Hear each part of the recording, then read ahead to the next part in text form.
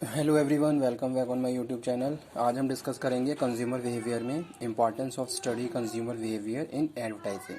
ठीक है, उसके बाद जो नेक्स्ट है वो डिस्कस करेंगे need of strategy study consumer behaviour.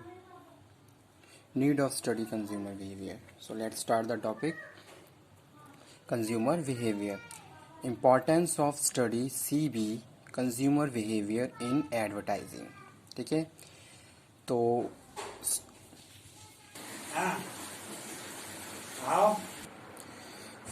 Importance of study consumer behavior in advertising. First point is helps in setting message content. ठीक है, helps in selecting message content. अब यहाँ पे हम बात कर रहे हैं किसकी? एडवर्टाइजिंग की। कि भाई एडवर्टाइजिंग, जब भी हम कोई भी एडवर्टाइजिंग डिज़ाइन करने जा रहे हैं या उसके बारे में कोई भी प्लानिंग करने जा रहे हैं, तो उससे पहले हम क्या करेंगे? प्रॉपर कंज्यूमर बिहेवियर को स्टडी करेंगे कि भाई आज के टाइम में कंज्यूमर का क्या इंटरेस्ट है, किस तरीके की उसको एडवर्टाइजिंग इन्फ्लुएंस करती है। कस्टमर के हर एक एस्पेक्ट को हम प्रॉपरली आइडेंटिफाई करेंगे, चाहे हम उसके साइकोलॉजिकल फैक्टर्स की बात करें, चाहे हम उसके सोशोलॉजिकल और इकोनॉमिकल। ठीक है, दूसरी चीज़, किस तरीके से हम कंज्यूमर के बिहेवियर को इन्फ्लुएंस कर सकते हैं, मॉडिफाई कर सकते हैं, चेंज कर सकते हैं। एक मार्केटर की यही कोशिश रहती है कि उसकी मार्केट से डिमांड क्रिएट हो और सेल्स इंक्रीज हो जाए। ठीक है, अब इसके लिए आप क्या करोगे? परसुएशन, आप परसुएट करोगे, आप मोटिवेट करोगे अपने कस्टमर को। ठीक है, तो ये सारे फैक्टर्स यहाँ पे हम कंसीडर कर रहे हैं। जो हम बात कर रहे हैं हेल्प्स इन सिलेक्टिंग मैसेज कंटेंट, किस तरीके से हम कस्टमर को परसुएट कर सकते हैं, वो सारी चीज़ें आपको वेल मैनर पहले से पता होनी चाहिए। ठीक है, तो उसके लिए आप क्या करोगे? जैसे सपोज आप कोई नया प्रोडक्ट लेके आ रहे हो और उसकी एडवर्टाइजिंग करने जा रहे हो। ठीक है, तो आप क्या करोगे? करंट के हिसाब से हर एक एस्पेक्ट को प्रॉपरली स्टडी करोगे। भाई आज के टाइम में क्या क्या सीन चल रहा है आज के टाइम में। ठीक है, एडवर्टाइजिंग का क्या सीन है, कस्टमर की क्या नीड है, क्या वांट है, क्या प्रेफरेंस है, क्या टेस्ट है। ठीक है, किस तरीके से कस्टमर एक प्रोडक्ट को खरीद रहा है, किस तरीके से डिसीजन मेकिंग कर रहा है। ठीक है, प्री परचेजिंग, पोस्ट परचेजिंग, हर एक फैक्टर को प्रॉपरली आपको स्टडी करना होगा, तब जाके फाइनली आप उसके हिसाब से क्या करते हो, सारी चीज़ों को प्रॉपरली प्लान करते हो। तो सेम वही चीज़ यहाँ पे हमने डिस्कस करी, helps in selecting message content. आपका जो मैसेज है, आपका जो कंटेंट है, आप उसी हिसाब से सिलेक्ट करोगे जिस हिसाब से रिक्वायरमेंट्स है कस्टमर के साइड से। ठीक है, तो पहली चीज़ ये, अगर हमने CB को प्रॉपरली अंडर स्टडी कर लिया है तो हम वेल मैनर में एडवर्टाइजिंग को भी फॉलो कर सकते हैं। ठीक है, इसमें हम बात कर रहे हैं selecting message content. Second one हम बात कर रहे हैं हेल्प्स इन सिलेक्टिंग मैसेज सोर्स पर्सन। ठीक है, अब कहाँ से सिलेक्ट करना है कंटेंट, किस तरीके से सिलेक्ट करना है, किसके द्वारा हमें इन सारी चीज़ों को फॉलो करवाना है, all the things matter in the advertising. ठीक है, आपने देखा होगा कस्टमर बहुत ज़्यादा इन्फ्लुएंस होता है अगर कोई रोल मॉडल उस चीज़ को फॉलो कर रहा है। ओके, देखा होगा आपने। तो उस अगर हमारा कोई रोल मॉडल है, वो हमें कोई मैसेज दे रहा है, तो हम बहुत ज़्यादा क्या हो जाते हैं, इन्फ्लुएंस हो जाते हैं उस चीज़ से। ठीक है, तो वो यहाँ पे हम बात कर रहे हैं। थर्ड वन हम बात कर रहे हैं helps in selecting media and media mix. ठीक है, मीडिया एंड मीडिया मिक्स। अब यहाँ पे भी हम एरिया भी कंसीडर करते हैं, भाई आप किस एरिया में एडवर्टाइजिंग कर रहे हो। ठीक है, एरिया में आप एडवर्टाइजिंग करने जा रहे हो और कौन कौन आपके टारगेट कस्टमर हैं, उसके हिसाब से आप क्या करते हो, मीडिया प्लानिंग करते हो और मीडिया मिक्स डिसाइड करते हो। ठीक है, देखा होगा आपने जैसे मेट्रो सिटीज़ होती हैं, तो वहाँ पे आप मॉल में जाते हो तो बहुत सारे अलग अलग सोर्स ऑफ एडवर्टीजमेंट वहाँ पे आपको दिखाई देंगे, बहुत सारी वीडियोज़ वहाँ पे आपको देखा होगा। ठीक है, बहुत सारे डिस्प्ले आपने देखे होंगे, डिस्प्ले बोर्ड देखे होंगे।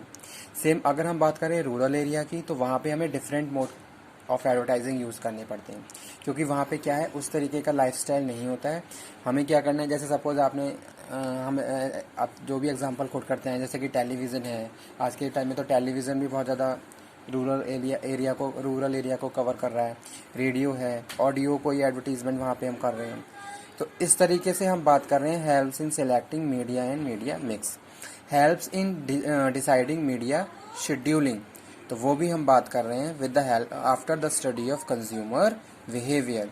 Helps in understanding buying motives. ठीक है, helps in understanding buying motives. Consumer के जो वो भी बाइंग मोटिव्स हैं वो भी हमें पता चलते हैं जब हमने प्रॉपरली कंज्यूमर के हर एक एस्पेक्ट को स्टडी कर लिया है। ठीक है भाई, कंज्यूमर को किस तरीके से उस मोटिवेशन मिल रहा है किसी भी प्रोडक्ट के लिए, किस तरीके से उसके अंदर एक अर्ज क्रिएट हो रही है कि वो भी उस पर्टिकुलर प्रोडक्ट को टेस्ट करे। ठीक है, तो वो यहाँ पे हम बात कर रहे हैं, that is importance of studies consumer behaviour in advertising. ठीक है, नेक्स्ट है इफेक्टिव एडवर्टाइजिंग कैंपेनिंग। तो ये सारे पॉइंट्स अगर हम सिंपल एक वर्ड में कहें, एडवर्टीजमेंट। ठीक है, एडवर्टीजमेंट आप तभी प्रॉपर फॉलो कर सकते हो करंट हिट के अकॉर्डिंग अगर आपने प्रेजेंट में कंज्यूमर पे पूरी रिसर्च कर ली है और उसके बाद हर एक एस्पेक्ट को आइडेंटिफाई कर लिया है और आप सारी चीज़ों से अवेयर हो कस्टमर की। ठीक है, कि भाई कस्टमर किस तरीके से प्रोडक्ट परचेज करता है, उसका प्री परचेजिंग बिहेवियर, उसका पोस्ट परचेजिंग बिहेवियर, कौन कौन से फैक्टर्स उसको इन्फ्लुएंस करते हैं, प्रेजेंट के हिसाब से क्या उसका टेस्ट है, क्या प्रेफरेंस है। ठीक है, उसके लाइफ के अलग अलग स्टेजेस, अलग अलग टारगेट कस्टमर, इन सारी चीज़ों को आप प्रॉपरली क्या करोगे, पहले वेल मैनर स्टडी करोगे, आफ्टर दैट आप एडवर्टीजमेंट को फॉलो करोगे। मैं कोई नया प्रोडक्ट मार्केट में लेके आता हूँ तो सबसे पहले मैं कंज्यूमर पे रिसर्च कर लेता हूँ। मैं ऐसा नहीं है कि मैं ऐसे ही सीधे ही एक प्रोडक्ट मार्केट में ले आया, नहीं, पहले मुझे कस्टमर पर प्रॉपरली रिसर्च करनी होगी कि भाई कस्टमर का क्या प्रेफरेंस है आज के टाइम में। उस पर भी मैंने क्या है, मार्केट को सेगमेंट कर रखा है कि भाई अलग अलग मैंने सब ग्रुप बना रखे हैं कि कौन सा कस्टमर किस हिसाब से प्रोडक्ट चाह रहा है। ठीक है, आपने देखा होगा एरिया वाइज भी हम प्रॉपरली सारी चीज़ों को कंसीडर करते हैं। ऐसा नहीं कि सारे कस्टमर एक जैसे ही हैं, हर कस्टमर की अपनी लाइफ, अपनी प्रेफरेंस, अपनी नीड है, तो उसके हिसाब से यहाँ पे हम बात कर रहे हैं। ठीक है, नेक्स्ट है need of study consumer behaviour. अब नीड क्या है, to make better strategy for increasing profit. ठीक है, you want to generate profit, that's why you need to study consumer behaviour. अगर मैं कुछ नया करने वाला हूँ या नया करने जा रहा हूँ तो ऐसा नहीं है कि मैं बस सिंपल अपने ही प्लानिंग के हिसाब से सारी चीज़ों को प्रोसीड कर दूंगा, नहीं, पहले मुझे प्रॉपरली एनवायरनमेंट को एनालिसिस करना होगा। भाई आज के टाइम में क्या सिनेरियो चल रहा है, क्या किस तरीके की बिजनेस प्रैक्टिसेस चल रही हैं। ठीक है, तो वो मैं यहाँ पे बात कर रहा हूँ। ठीक है, to make the better strategy for increasing profit, you want to generate profit, you want to increase profit for your organisation, so you have to need consumer behaviour. ठीक है, ताकि आपकी मार्केट से डिमांड क्रिएट हो और आपको loss हो। To take into consideration custom health and hygiene and fitness, to know the buying decision and how consumer make consumption. ठीक है, कंज्यूमर किस तरीके से बाइंग डिसीजन ले रहा है और किस तरीके से उसको कंज्यूम कर रहा है। Consistent change in consumer taste और preference, that's why you have to need study consumer behaviour.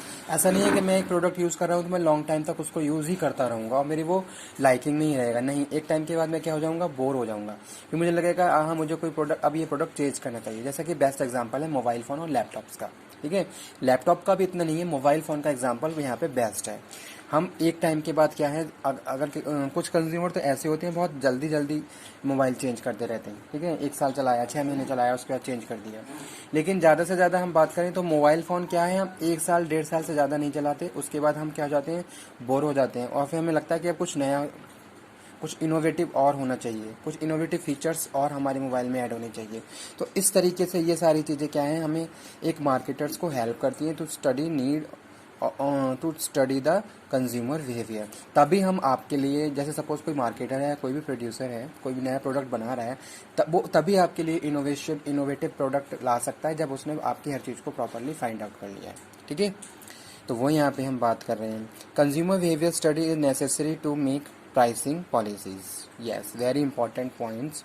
ठीक है, प्राइसिंग पॉलिसी, भाई अब मुझे ये भी फाइंड आउट करना है कि मैं कोई प्रोडक्ट बनाया, ठीक है, मैंने जितनी भी कॉस्ट वहाँ पे उस पर बेयर करी, अब यहाँ पे मैं बात कर रहा हूँ किसकी, प्राइस की। प्राइस में बात कर रहा हूँ कि कितना प्राइस होना चाहिए, कैसा प्राइस होना चाहिए, कस्टमर के हिसाब से प्राइस में यहाँ पे बात कर रहा हूँ। ठीक है,